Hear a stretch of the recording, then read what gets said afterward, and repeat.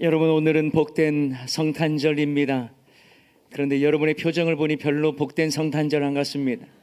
웃는 모습으로 또 즐거운 마음으로 기쁜 마음으로 오늘 온전히 하나님께 영광 올려드리는 예배가 되기를 소원합니다. 여러분, 성탄절 하면 세상에서는 트리를 만들기도 하고요, 그리고 캐롤도 울려 퍼지기도 합니다. 그런데 성탄 트리의 이 백미는요, 그 성탄 트리를 둘러싸는 그런 조명의 또 맛이 있지요. 요즘에는요, 성탄을 알리는 이 조명 정말 화려합니다. 그런데 아쉽게도 조명이 가장 화려하게 비치는 곳이 교회가 아니라 백화점과 같은 소비 현장에서 보면 조명이 더 화려하다라는 생각을 해보죠. 얼마 전에 해운대 백사장에 갈 일이 있었는데 해변가에서 빛축제를 하더라고요. 우주선과 또 우주를 배경으로 해서 빛축제가 열렸는데 참 보기가 좋았습니다. 여러분, 요즘에 이 조명 기술이라고 하는 것이 대단히 발달되어서요, 다양한 색채 그리고 여러 모양을 구현해내지요. 그런데 여러분, 빛의 원래 목적이 있다면 무엇일까요? 물론 아름답게 하는 것도 아주 중요한 이유가 될 것입니다만, 빛의 원래 목적과 존재 이유는 바로 어둠을 몰아내는 데 있는 것입니다. 하나님께서도 이 온 천지 만물을 창조하실 때에 혼돈과 공허와 흑암이 가득한 곳을 향해 빛이 있으라라고 말씀하셨습니다. 빛은 흑암을 물러내게 하는 것이고 혼돈과 공허를 물리치는 것입니다. 여러분, 이런 점에서 성탄절의 의미는 빛 대신 예수님께서 흑암 가득한 이 땅에 임하셨다는 거예요. 여러분, 그래서일까요? 예수님의 탄생은 대낮에 이루어진 사건이 아니라 깊고 어두운 밤에 일어난 일이었습니다. 이것은 어둠을 헤치고 빛으로 오신 예수님을 아주 극대화시키는 환경으로 우리에게 또 가르쳐주는 메시지가 있는 것 같아요. 또 예수님이 탄생하실 때에 동방박사들이 별빛을 따라오지 않았습니까? 흑암 속에 빛으로 임하신 예수님이 세상의 소망이 되신다라고 하는 것을 마치 강조하기라도 하듯 그렇게 동방박사들은 별빛을 따라서 예수님의 탄생을 축하했습니다. 이처럼 예수님의 탄생은 흑암 가득한 세상 속에서 빛으로 임하신 탄생이다라고 말할 수 있어요. 여러분, 예수님께서 태어나실 그때야말로 정말 흑암이 가득한 시대였습니다. 예수님께서 나시기 전에 이스라엘의 상황은 그야말로 세계 정세적으로도 볼 때에 흑암기에 해당하지요. 당시 국제 정세 속에서 이스라엘은 로마 제국의 이 패권 속에서 식민 지배 아래 있었던 상황 아닙니까? 당연히 정치적인 억압이 있었고 무거운 세금 등을 힘겹게 내면서 살아야 했던 시대적인 아픔이 있던 시대였습니다. 그런데 그것보다 더 혹독하고 더 어둡고 흑암이 가득한 시대라고 말할 수 있는 이유는 하나님의 계시가 중단된 시기였기 때문에 그래요. 구약의 마지막 선지자 말라기가 죽은 후에, 말라기 선지자가 죽은 후에 이 400년 동안 하나님은 그 어떠한 예언자를 통해서도 하나님의 말씀을 주시지 않았습니다. 그래서 그 기간을 침묵기, 암흑기라고도 말을 하지요. 그 기간에는 하나님께서 선지자를 세워 그를 통해서 말씀하시지 않았습니다. 그러다 보니 오히려 메시아를 흉내내는 사람들이 많았고 거짓 선지자들도 많이 등장을 했습니다. 영적으로 보면 참으로 암담하고 앞이 보이지 않는 흑암기라고 말할 수 있습니다. 그래서 이스라엘 백성들은 자신들의 이 힘겹고 압제를 당하는 상황에서 흑암을 이길 빛을 구하였던 거예요. 그들에게 그 빛은 참된 메시아였습니다. 메시아가 빛으로 오셔서 지금 자신들의 이 어두운 세상을 밝혀주기를 원했고, 자신들이 지금 짊어지고 있는 멍에와 압제자의 채찍에서 구해주기를 간절히 원했던 것이죠. 여러분, 이스라엘 백성들이 시대적으로나 영적으로 깊은 어둠에 갇히자 빛으로 임하시는 구원자를 향한 간절한 갈망이 있었습니다. 흑암을 깨치는 빛으로 메시아가 오시기를 간절히 원했던 것이지요. 한 줄기 빛이 내려서 어둠 가득한 세상에 소망이 되어주기를 그들은 간절히 원했던 것입니다. 여러분, 그렇게 오래되지 않았던 2022년 10월 26일 경북 봉화군에 이 광산 갱도가 무너졌습니다. 그런데 2명의 광부가요, 약 190m 지하에 9일간 갇혔습니다. 갱도가 무너진 칠흑같이 어두운 곳에서 9일간 기적적으로 생존해서 봉화 광산 기적생환이라고도 불리는 사건이 있었습니다. 그런데 다행히 주변에 믹스커피 30봉지가 있었다는 거예요. 그래서 그것을 식량으로 삼았고 안반에서 떨어지는 물을 받아 수분을 공급받음으로 9일간 생존했습니다.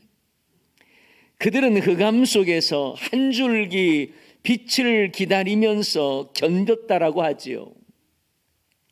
그러던 중에 동료 광부들이 이제 구출해 내려고 땅을 계속 파다가 생긴 이 돌틈의 빛 한 줄기, 그 한 줄기를 보면서 이 두 사람은 이제 살았구나, 이런 생각이 들었답니다.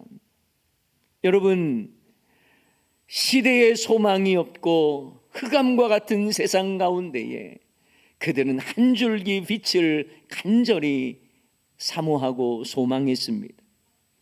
여러분, 이 빛이야말로 어둠을 물리치고 흑암과 절망에 갇혀 있는 자들을 향하여 소망의 빛이었을 것이지요. 여러분, 구약의 말라기 선지자 이후에 400년 동안 영적으로도 암흑기와 같았습니다. 그런데 이러한 영적 암흑기를 깨트리고 나온 인물이 있어요. 바로 세례 요한입니다. 세례 요한은 이스라엘 백성들을 향해 회개를 촉구했지요. 하나님의 진노와 심판을 선언했습니다. 세례를 받으러 나오는 자들을 향하여서 물세례를 베풀면서 회개하라, 천국이 가까웠다고 선언했습니다. 그래서 사람들은요, 세례 요한을 보고 이가 구약에서 예언되어 온 메시아인가 궁금해서 그에게 당신이 메시아냐고 묻곤 했습니다. 그때 세례 요한은 내 뒤에 오시는 메시아와 자신을 비교하면서 자신은 그의 신을 들기도 감당하지 못할 정도다라고 말하면서 그분은 성령과 불로 세례를 베풀어 주실 것이다. 그리고 오늘 본문에도 보면 요한복음에서도 보면요, 세례 요한은 빛이 아니라 빛에 대하여 증언하러 온 자다, 이렇게 말씀하고 있죠. 자, 오늘 본문 6절 7절 말씀입니다. 하나님께로부터 보내심을 받은 사람이 있으니 그의 이름은 누구예요? 요한이에요. 요한이라 그가 증언하러 왔으니 곧 빛에 대하여 증언하고 모든 사람이 자기로 말미암아 믿게 하려 함이라. 빛에 대하여 증언하려고 그는 존재한다는 거예요. 그렇죠. 그는 빛이 아니라는 겁니다. 모든 사람이 자기로 말미암아 믿게 하려 함이라. 그 다음 구절에 보면 그는 이 빛이 아니요 이 빛에 대하여 증언하러 온 자다, 이렇게 말씀하고 있습니다. 그런데 여러분, 예수님께서 이 땅 가운데에 참빛으로 오셨지만 어둠이 깨닫지 못했다라고 오늘 본문은 또 말씀해 줍니다. 세상이 참빛을 알아보질 못했다는 거예요. 그들은 참빛 되신 예수님을 영접하지도 않았다고 말합니다. 자, 5절 말씀이죠. 빛이 어둠에 빛이 돼 어둠이 깨닫지 못하더라 라고 말씀하고요.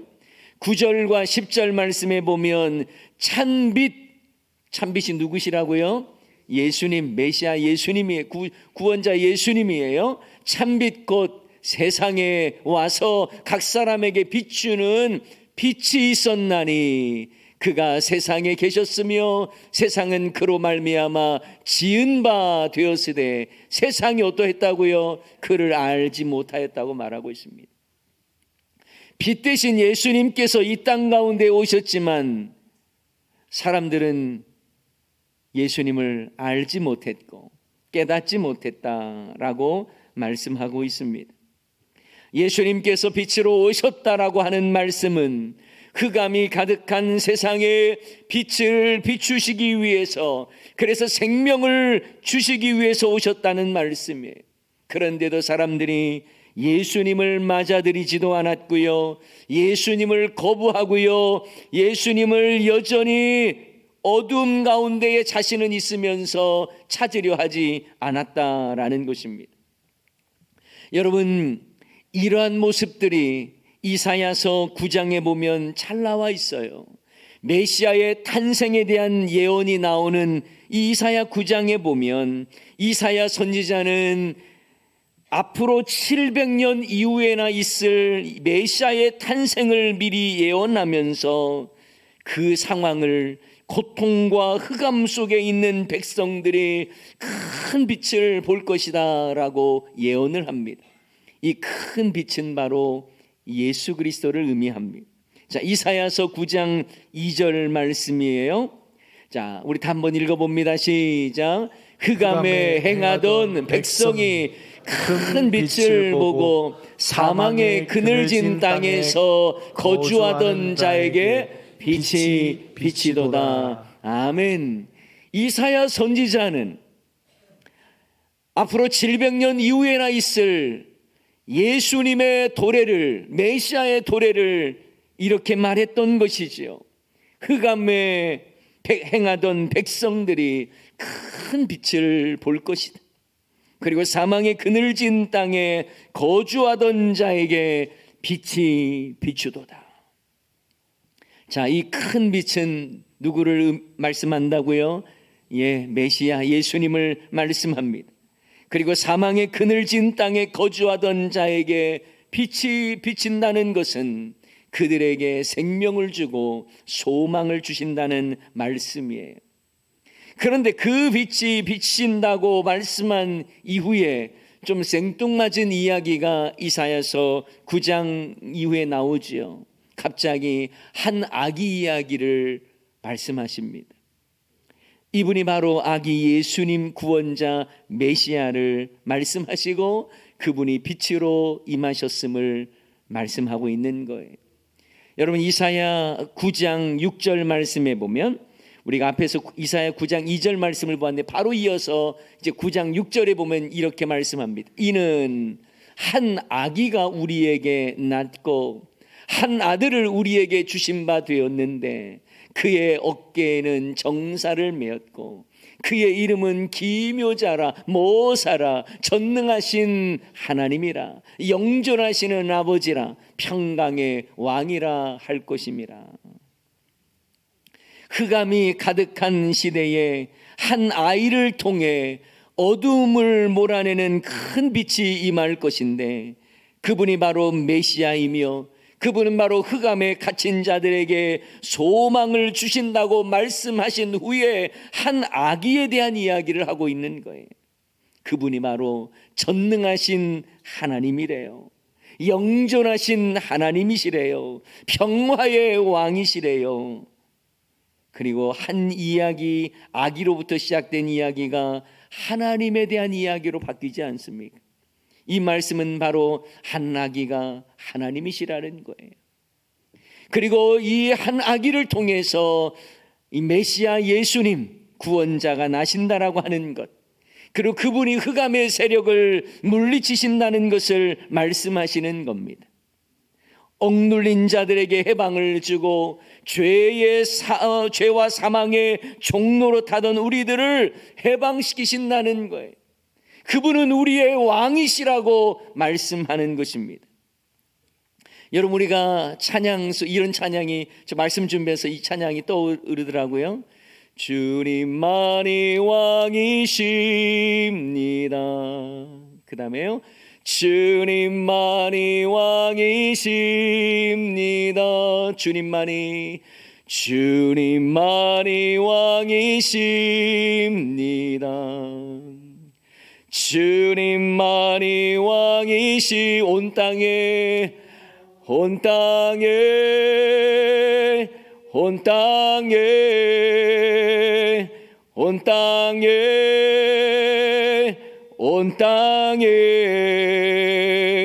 모든 이름 위에 뛰어나신 이름 왕의 왕 예수께 엎드려 경배해. 그리고 경배해 이렇게 찬양이 나가잖아요. 주님만이 왕이십니다. 흑암이 가득한 세상 속에서 참된 왕은 볼 수가 없고, 어둠이 가득한 세상 속에서 소망이 없고 한 줄기 빛에 소망이 없는 그 시대에 아기 예수님께서 영원하신 왕이 되시고 전능하신 하나님이 되시고 영존하신 아버지가 되시고 평화의 왕이 되신다라고 말씀해주고 있는 것입니다. 여러분, 예수님은 우리의 왕이 되시는데요, 흑암의 빛을 비추시고 어둠의 통치가 아니라 빛의 통치로 우리를 다스리신다라고 말씀합니다. 그분께서 우리의 왕으로 이 땅 가운데 오셨습니다. 물론 화려한 왕으로 오신 게 아니에요. 제국의 왕자로 오신 것도 아닙니다. 궁정에서 수많은 고위 대작들의 그런 경배를 받으면서 그렇게 탄생하신 것도 아니에요. 그저 우리와 같이 되셨고 인간의 출생처럼 아기 모습으로 이 땅 가운데 오셨습니다. 그러나 성경은 이 아기 예수님께서 우리의 왕이심을 말씀합니다. 평강의 왕이심을 선언합니다. 전능하신 하나님이라고 말씀합니다. 그분이 흑암을 물리치는 큰 빛이시라고 우리에게 말씀하십니다. 그렇다면 빛으로 오신 예수님을 믿는 우리는 어떤 존재입니까? 성경은 우리에게 분명하게 말씀합니다. 너희는 빛의 자녀라는 거예요. 흑암 가운데 있고 어둠에 속한 자였지만 빛 대신 예수님을 통해서 우리도 빛의 자녀가 되었다라고 선언해주고 있습니다. 여러분, 저와 여러분은 빛의 자녀인 줄을 믿습니다. 옆 사람을 향해서 당신은 빛의 자녀입니다 한번 이야기해 보세요. 당신은 빛의 자녀입니다. 여러분은 빛의 자녀입니다. 여러분, 이것은 저의 논리로 말씀드리는 게 아니잖아요. 성경에서 우리에게 분명하게 말씀해 주고 있습니다. 에베소 5장 8절 말씀해 보면 너희가 전에는 어두움이더니 이제는 주 안에서 뭐라고요? 빛의라 말씀하고 빛의 자녀들처럼 행하라고 말씀하고 있습니다. 세상은 험하고 어둡고 흑암에 갇혀 있는 것 같지만 우리는 빛의 자녀로서 어그러지고 거스르는 세대 속에서도 빛들로 나타내는 자들의 삶을 살아야 한다라고 성경은 우리에게 말씀해 줍니다. 빌립보서 2장 15절 말씀도 그걸 우리에게 분명하게 말씀해 줍니다. 이는 너희가 흠이 없고 순전하여 어그러지고 거스르는 세대 가운데서 하나님의 흠 없는 자녀로 세상에 그들 가운데 뭐로 나타난다고요? 빛들로 나타내며 우리의 모습이 이러해야 한다는 거예요. 우리가 예수님을 만났다면 빛 되신 예수님이 내 안에 들어와서 나를 변화시키시고 예수님의 통치가 내 안에서 일어나는 거예요. 그래서 빛의 자녀된 삶을 살아가는 것입니다. 내 안에 어둠이 물러가고 예수의 영이신 성령의 통치를 받으며 세상을 향해서도 빛의 자녀로 우리는 살아가는 것입니다. 하지만 우리가 빛의 자녀지만 빛 가운데 살지 않고 어둠의 세상을 더 좋아한다면 이것은 성령님을 근심케 하는 일이며 어둠에 속한 삶을 살아가는 것과 다르지 않습니다. 여러분, 빛 되신 예수님을 내가 믿고 만났다면 우리는 빛의 자녀로서의 삶을 살아가는 것은 마땅한 거예요. 사도행전에 보면 바울이라고 하는 인물이 나오죠. 바울 되기 이전의 이름이 뭡니까? 사울이에요. 예, 사울이라는 이름은 히브리식 이름이고요. 바울이라고 하는 이름은 헬라식 이름이에요. 자, 그런데 바울이 되기 이전에 사울은 얼마나 위협과 살기가 등등했는지, 여러분, 당시 예수님을 믿는 자들과 그 도를 따르는 자들을 잡아서 예루살렘으로 끌어오는, 그가 군인도 아닌데 그런 일에 앞장서서 예수 믿는 자를 핍박했던 인물이 바로 사울이었습니다. 그랬던 그가 다메섹에 이르러서 기이한 일을 경험하죠. 사도행전 9장 3절에 나와 있습니다.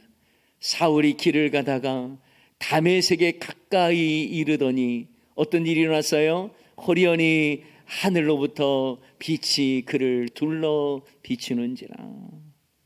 여러분, 왜 이런 기이한 현상이 사울에게 보여졌을까요?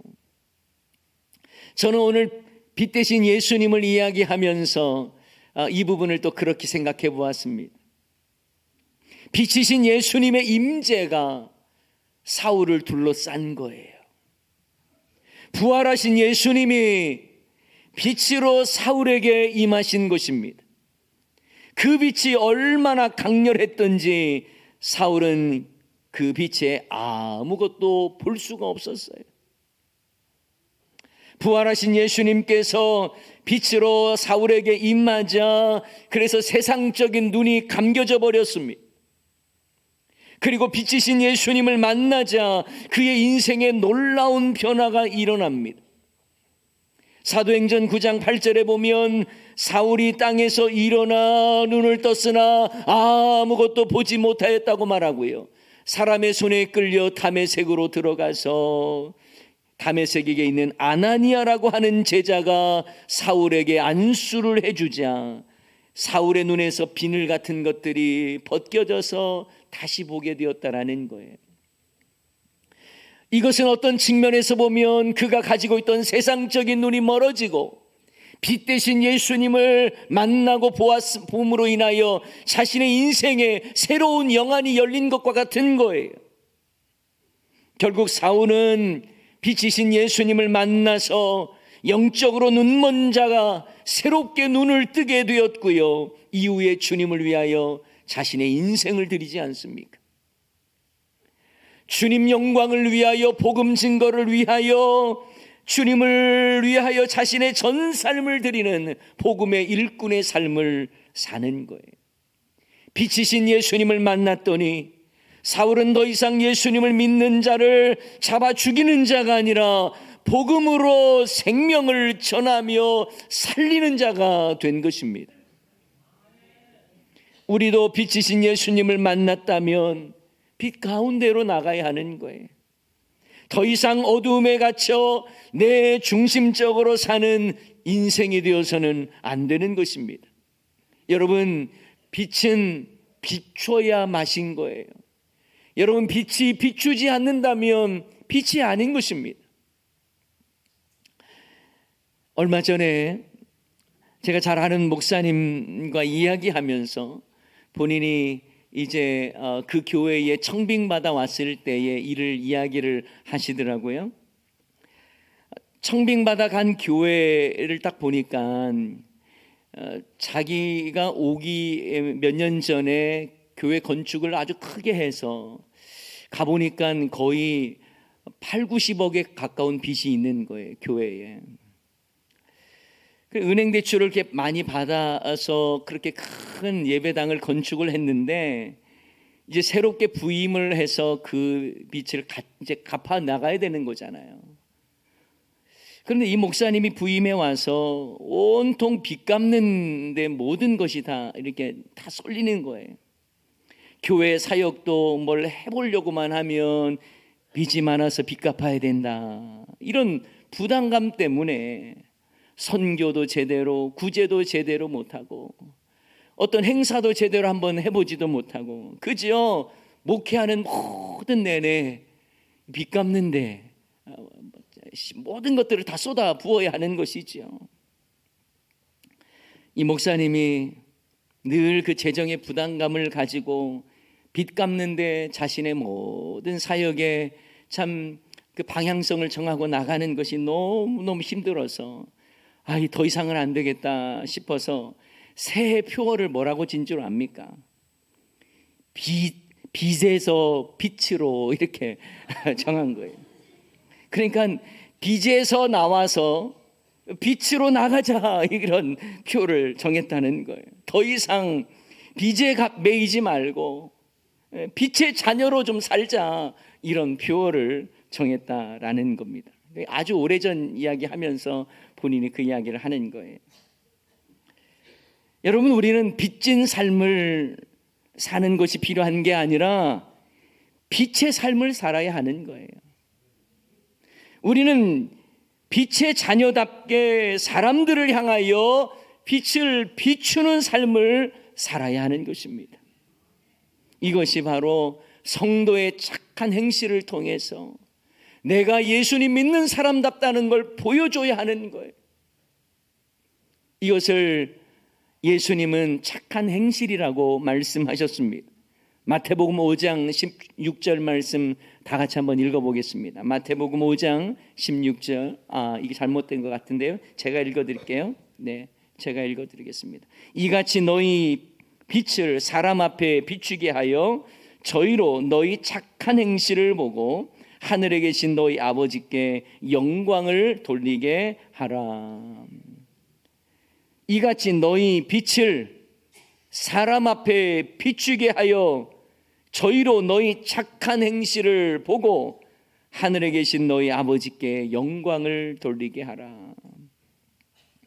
사랑하는 여러분, 빛으로 오신 예수님을 만났습니까? 그렇다면 세상을 좇는 인생 살 것이 아니라 이제 예수님을 온전히 따르는 삶을 살아야 할 줄 믿습니다.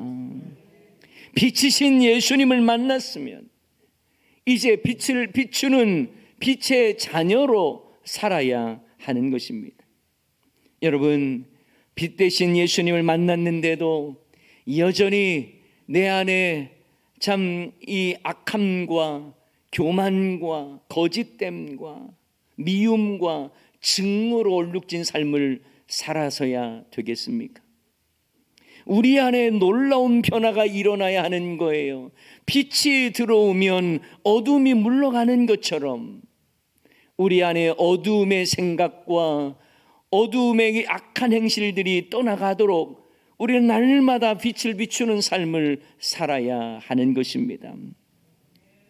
세상을 따르던 사람이 이제는 예수님을 따르고 예수님을 만나니 변화된 삶의 간증도 많아지고 그래서 빛 되신 예수님을 만나면 우리 안에 어둠의 생각과 악한 행실이 떠나가고 그 어둠의 생각들과 이 행실을 이겨낼 힘을 좀 갖고, 그래서 빛과 어둠이 사귈 수 없는 것처럼 늘 우리는 이렇게 생각해야 되는 거예요. 나는 빛의 자녀다. 나는 빛의 자녀다. 나는 빛을 비추는 자의 삶을 살아야 한다. 예수님께서 빛으로 이 땅 가운데 오셔서 우리 안에 있는 흑암을 물리치셨다면 나도 세상을 향해서 빛의 자녀로 살아야 되겠다라고 하는 결단이 우리에게 필요한 것입니다. 여러분, 우리가 어둠에 속하면서 악한 행실을 즐기면서 사는 것이 여러분답지 않습니다. 우리는 그렇게 사는 것이 성도답지 않고 여러분답지 않아요. 여러분, 아름답다라고 하는 이 아름이라고 하는 해석들이 여러 가지가 있는데, 나답다라고 하는 표현이라고, 의미라고도 해요. 아름이라는 의미가 그런 의미가 있다는 겁니다. 여러분, 성도가 아름답다라고 말한다면 성도가 성도다운 거예요. 믿는 자가 믿는 자다워야 되는 거예요. 세상을 향하여 빛을 비추는 그런 선한 행실, 착한 행실로 사람 그 어두운 세상을 밝게 비추는 자의 삶을 살아야 하는 것입니다. 주님이 그것을 원하신다는 거예요. 빛이신 예수님이 내 안에 임하심으로 나는 빛의 자녀로서 세상의 빛이 되는 삶을 살아야 하는 거예요. 그 빛을 통해 우리가 먼저 변화되고 세상이 변화되는 것이 하나님 나라가 확장되는 것입니다.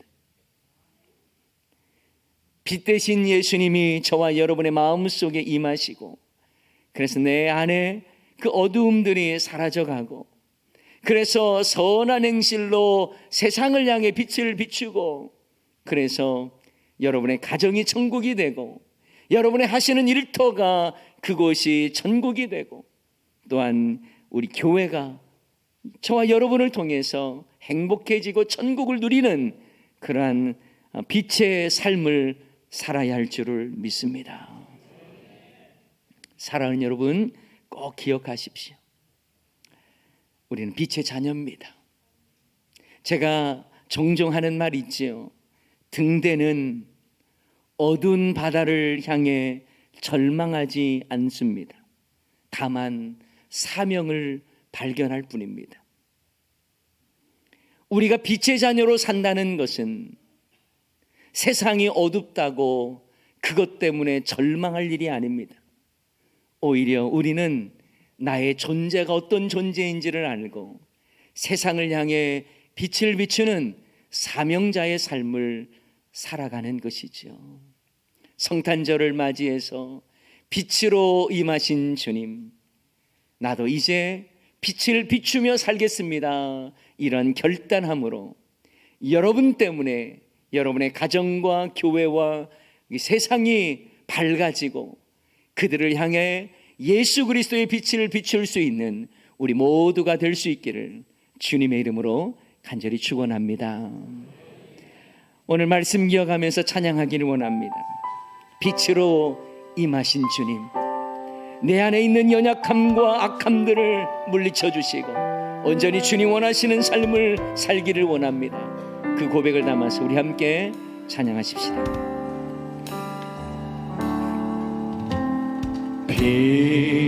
빛으로 임하신 주,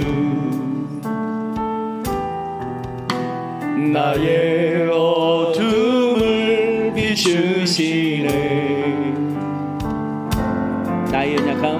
나의 연약함 모두 씻어주시고 나를 귀히 여기사 안으시네. 내 삶에 임하신 주, 모든 두려움 덮으시네. 주 나의 모든 것 의지하리. 눈을 들어 주님만 바라보리. 주님을 예배하는 것, 주님을 기뻐하는 것, 나의 맘과 뜻 다해 주님도 알기 원하네. 주님을 사랑하는 것, 주님을 갈망하는 것, 나의 유일한 소망이라. 다시 한번 찬양합시다. 빛으로 임하신 주, 빛으로 임하신 주, 나의 어둠을 비추시네. 내 안에 연약한 모두 씻어주시고 나를 귀히 여기사 안으시네. 내 삶에 임하신 주, 모든 두려움 덮으시네. 주 나의 모든 것, 주님만 의지하리. 눈을 들어 주님만 바라보리. 주님을 예배하는 것, 주님을 기뻐하는 것, 나의 맘과 뜻 다해 주님도 알기 원하네. 주님을 사랑하는 것, 주님을 갈망하는 것, 나의 유일한 소망이라. 주님을 예배하는 것, 주님을 예배하는 것, 주님을 기뻐하는 것, 나의 마음과 뜻 다해 주님도 알기 원하네. 주님을 사랑하는 것, 주님을 갈망하는 것, 나의 유일한 소망이라. 다시 한번 더 고백합시다. 주님을 예배하는 것, 주님을 예배하는 것, 주님을 기뻐하는 것, 나의 마음과 뜻 다해 주님도 알기 원하네. 주님을 사랑하는 것, 주님을 갈망하는 것, 나의 유일한 소망이라. 사랑하는 여러분, 성탄은요, 빛이신 예수님께서 흑암 가득한 세상, 소망이 없는 세상에 빛으로 임하신 사건입니다. 그리고 우리는 빛이신 예수님을 믿는 거예요. 그분이 우리의 구원자임을 고백하며 믿는 거예요. 그런데 여러분, 왜 우리는 그 빛의 삶을 누리지를 못할까요? 내 마음속에 빛된 삶을 기쁨으로 살아야 하는데 그러지 못하고, 여러분의 가정과 여러분의 하시는 모든 일 가운데에 빛이 비추어지는 삶을 살아야 되는데 그러지 못할 때가 많죠. 어두운 세상을 향하여 나는 빛의 자녀라고 하는 그 사명을 가지고 세상을 향해 빛을 비추는 삶을 살아야 되는데 우리는 너무나 무기력하게 살아갈 때가 많이 있음을 고백합니다. 오늘 성탄절을 통해서 다시 한번 결단하기를 원합니다. 하나님, 내가 빛이신 예수님을 믿는 자로서 빛을 비추는 삶을 살게 해주십시오. 어둠을 물리치는 빛, 세상을 밝히는 빛, 그렇게 살기를 원합니다. 주여, 나를 사용하소서. 나를 통하여 세상의 빛의 역할을 잘 감당하는 자 되게 해달라고 오늘 말씀 기억하면서 우리 다같이 주여 한번 외치고 빛의 자녀로 살기를 원합니다. 고백하며 기도하기를 원합니다. 주여